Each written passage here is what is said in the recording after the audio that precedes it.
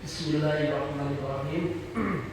Assalamualaikum warahmatullahi wabarakatuh. Waalaikumsalam warahmatullahi wabarakatuh. Assalatu wassalamu ala asrofil anbiya'i wal mursalin wa ala alihi wa sahbihi ajmain, amma ba'du.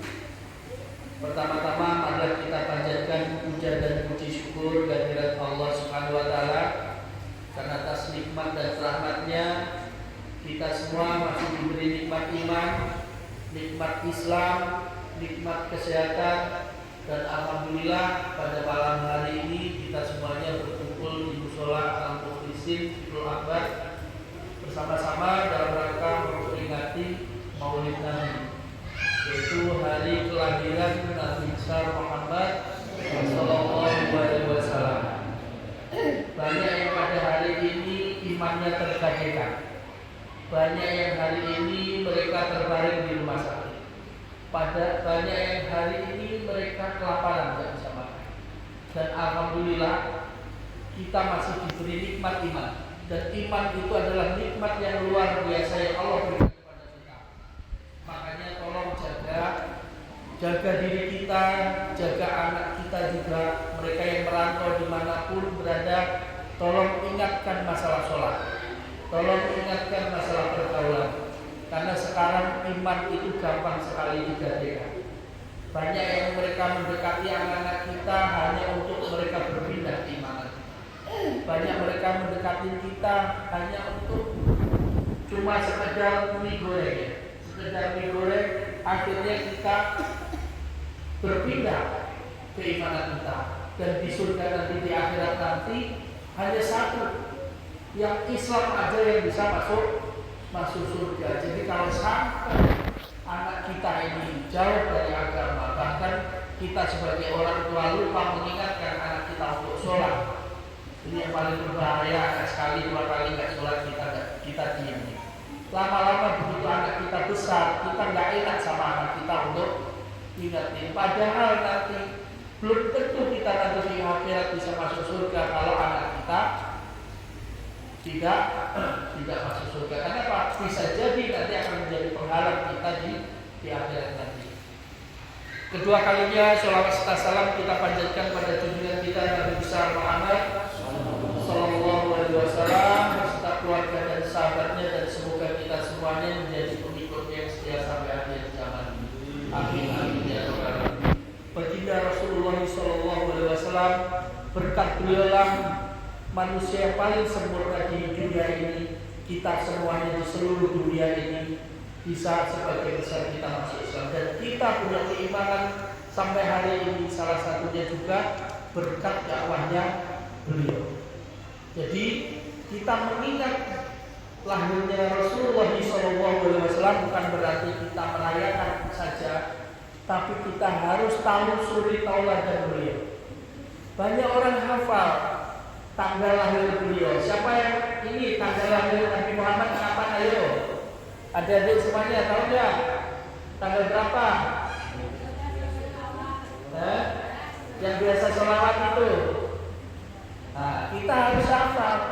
Dan selain menghafalkan, tadinya terus terang pada saat kesini saya memang nggak ada rencana sama sekali. Saya cuma pengen pulang kampung saja. Saya lupa, nggak ada rencana sama sekali. Tahun itu saya bawain proyektor biar kita bisa lihat sejarah Rasulullah. Jadi mulai dari perang Badar, perang Uhud, dari waktu kecil sampai beliau menguasai seluruh dunia. Jadi jangan kita hanya sholawat saja, tapi kita tidak tahu suri tauladan beliau. Kita harus tahu semuanya apa yang beliau lakukan untuk memenangkan Islam di dunia ini. Yang kami hormati Pak Kiai Jainuddin, dan kami hormati Pak Purwedi, Pak Bama, semuanya, ibu kami juga semuanya, Bapak Ibu yang hadir di sini yang tidak bisa saya sebutkan satu persatu. Alhamdulillah, Alhamdulillah. Di sini mungkin saya sedikit mau menyinggung tentang suri tauladan Nabi Nabi Muhammad SAW. Saya tidak seperti Pak Kiai ya. Saya mungkin sedikit saya cerita tentang bagaimana Rasulullah itu sebagai pionir, sebagai pebisnis yang ulung. Jadi jangan salah, Rasulullah itu ternyata seorang pebisnis yang ulung. Dari umur 12 tahun, Rasulullah itu sudah belajar berdagang. Jadi kalau anak kita mau berdagang, kita ojo dagang yang udah dirokok. Ternyata Rasulullah SAW itu mulai berdagang, belajar berdagang umur 12 tahun. Dan ternyata beliau ini melahirkan sahabat-sahabat yang konglomerat. Utsman bin Affan sampai hari ini kekayaannya, punya kebun kurma yang setiap panen itu untuk berkah bersama di Masjidil Haram dan Masjid Madinah, Masjid Nabawi. Itu punya siapa? Salah satunya punya Utsman bin Affan. Belum punya rekening yang sampai hari ini masih ada.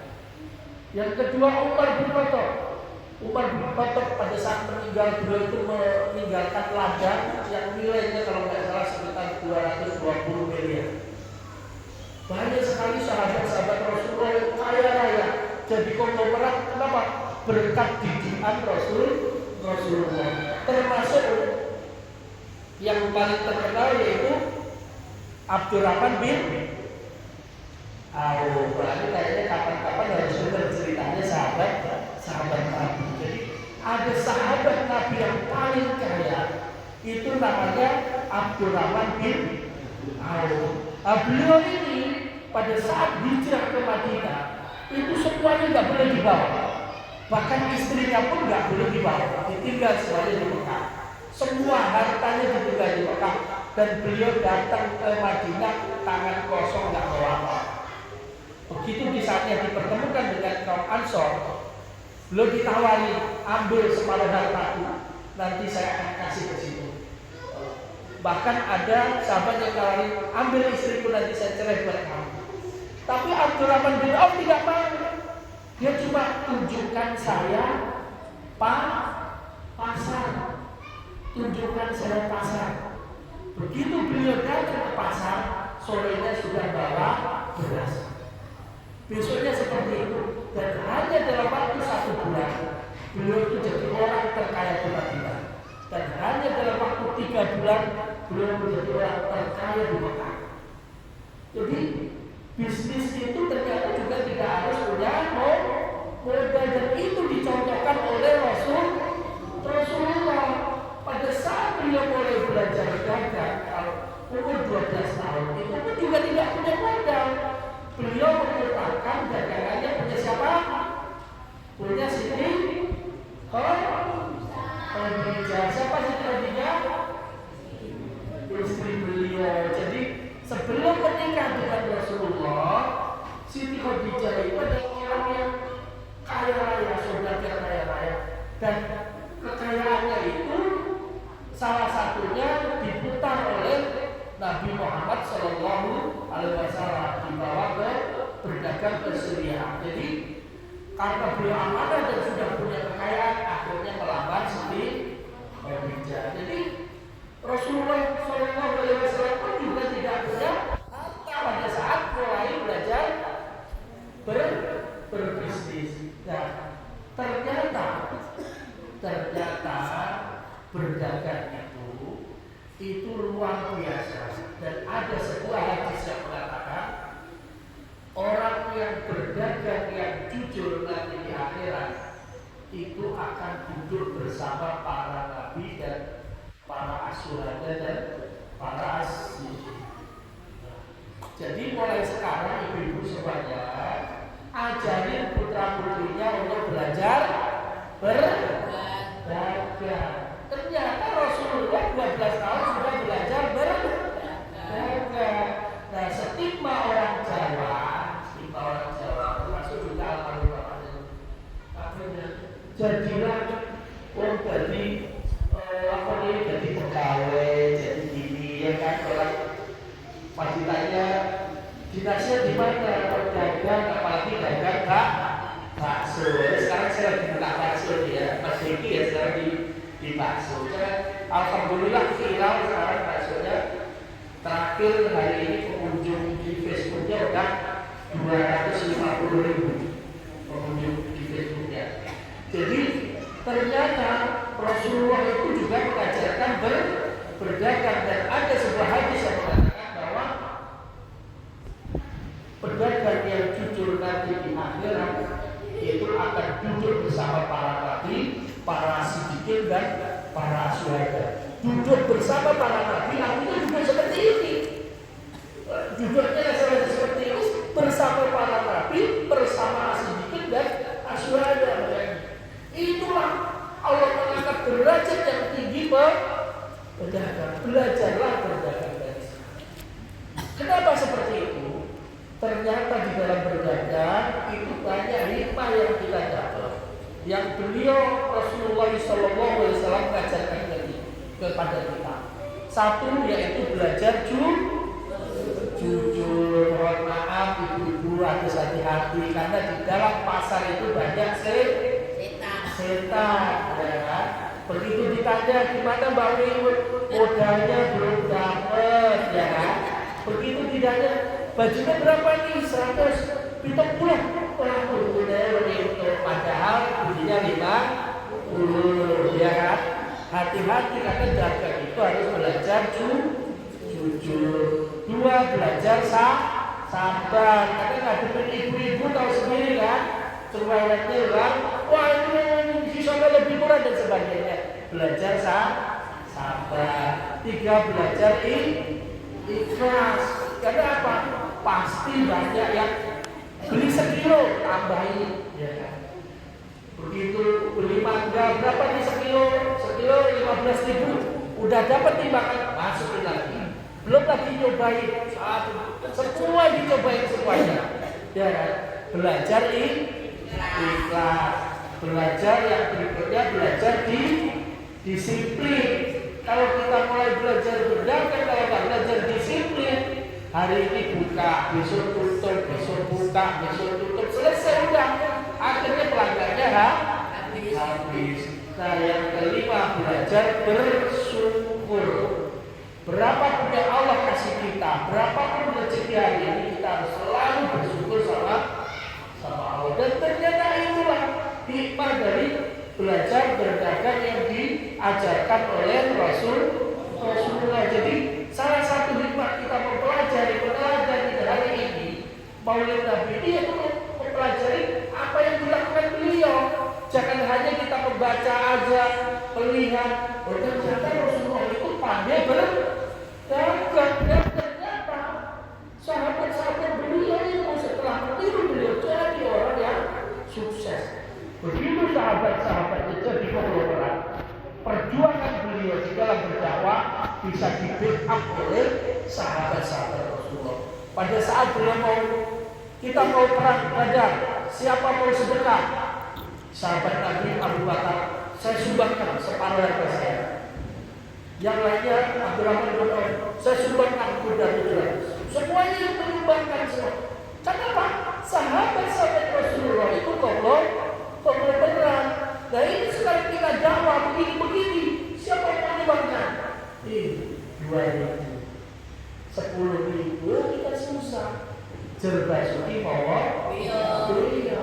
sekarang saya lihat udah seragam semua, jadi iuran sendiri atau dari mana nih? Masya Allah. Itu juga perjuangan. Biasanya dipakai buat belanja, ya dipakai buat udah tampilannya sudah beda. Nah, terakhir kita karena bukan sesinya buat berapa, kalau saya ngomong bisa sejam lebih. Jadi terakhir kita harus mencintai Rasulullah. Siapa orang yang dicintai oleh Rasulullah? Siapa orang yang dicintai Rasulullah? Yaitu orang yang banyak membaca sholawat, ya. Jadi jangan sampai, jangankan kita, Allah Subhanahu wa Ta'ala dan juga para malaikat juga bersolawat kepada Nabi. Jadi bukan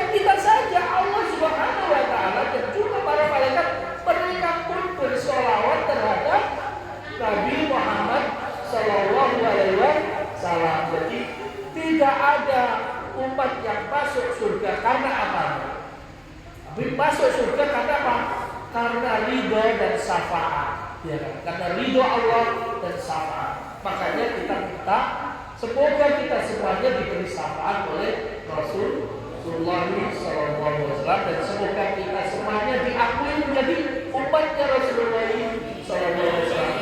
Jangan sampai kita mengaku umatnya tapi kita tidak mau meneladani apa yang dilakukan oleh Rasulullah. Oke, mungkin itu aja dari kami. Kurang lebihnya saya mohon maaf, yang benar datangnya dari Allah, yang salah datangnya dari diri saya pribadi. Wabillahi taufiq wal hidayah. Assalamualaikum warahmatullahi wabarakatuh.